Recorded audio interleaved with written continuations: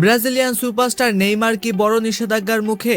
মাঠে দুর্দান্ত পারফরম্যান্সের পর এক বিতর্কিত ঘটনার কারণে এবার 1 থেকে 6 ম্যাচ পর্যন্ত নিষিদ্ধ হতে পারেন এই তারকা। কি ঘটেছিল চলুন জেনে নেওয়া যাক। বিতর্ক যেন কিছুতেই পিছু ছাড়ছে না নেইমারের।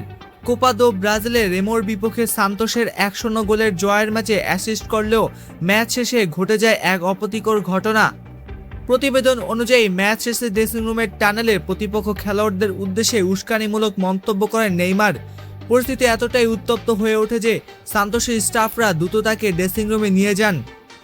এর আগে ম্যাচ চলাকালীন স্বাগতিক সমর্থকেরাও নেইমারকে লক্ষ্য করে দুয়ো দিতে থাকেন এবং ভুয়া স্লোগান তোলেন। জয়ের পর মাঠ ছাড়ার সময় নেইমার দর্শকদের দিকে ফ্লাইং কিস ছুঁড়ে প্রতিক্রিয়া জানান।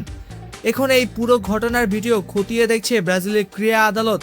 জানা গেছে ব্রাজিলিয়ান ক্রীড়া বিচারবিধি 258 নম্বর ধারায় নেইমারের বিরুদ্ধে আনুষ্ঠানিক অভিযোগ আনার বিষয়টি বিবেচনায় রয়েছে। যদি অভিযোগ প্রমাণিত হয় তাহলে নেইমারকে 1 থেকে 6 ম্যাচ পর্যন্ত নিষিদ্ধ করা হতে পারে।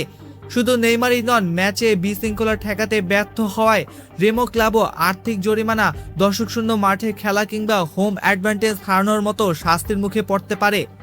এখন দেখার বিষয় তদন্ত শেষে ব্রাজিলের ক্রীড়া আদালত নেইমারের বিরুদ্ধে কী সিদ্ধান্ত নেয়।